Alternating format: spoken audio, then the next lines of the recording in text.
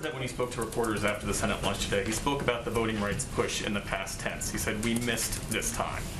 What then is the political value in moving forward with these show votes, given that the president effectively has acknowledged that this process has ended and risks potentially shining a light on Democratic divisions?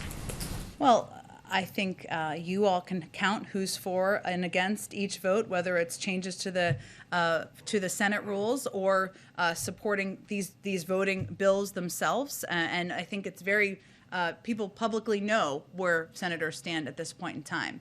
We will leave it to, and we'll work in lockstep with him, Leader Schumer, to determine what the next steps are here. And I know he's spoken a bit to that. But ultimately, this is about continuing to press to move forward on the protection of voting rights and to use it as a moment to elevate this issue as an important issue for people across the country. And of course, any senator is going to be put in the position of determining what side of history they're going to stand on. And that's, I guess, the purpose of a vote. The president also spoke about voter subversion when he spoke to reporters. Yeah. But neither the Freedom to Vote Act nor the John Lewis Voting Rights Act deal with subversion. They're focused more on suppression.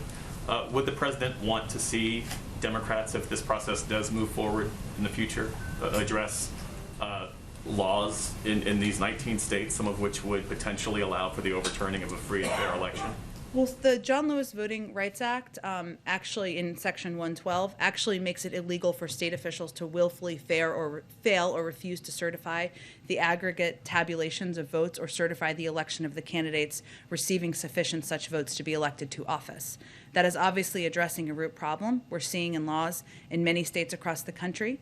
And what these laws are meant to do is provide some fundamental baselines for protections for voters, and that's an important part of doing it. Obviously, there's more you will continue to build from there, but that's an important component, I think, that sometimes everyone isn't always aware of in the John Lewis Voting Rights Act.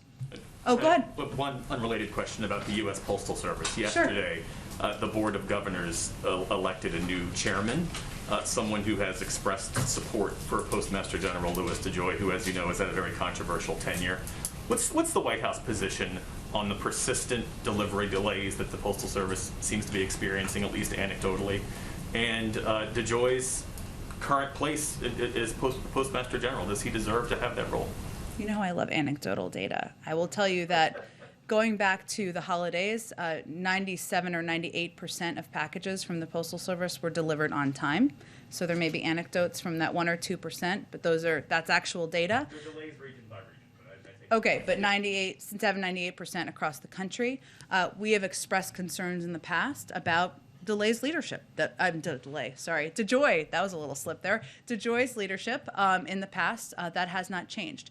I will say, though, and I know this has been raised, so I'm just going to use this as an opportunity to address it, that many members of the Postal Service, including leadership, has expressed confidence and an interest in playing the role in delivering tests to people across the country, and their confidence in doing exactly that. So we take them at their word, and certainly we're encouraged by the data we saw from December.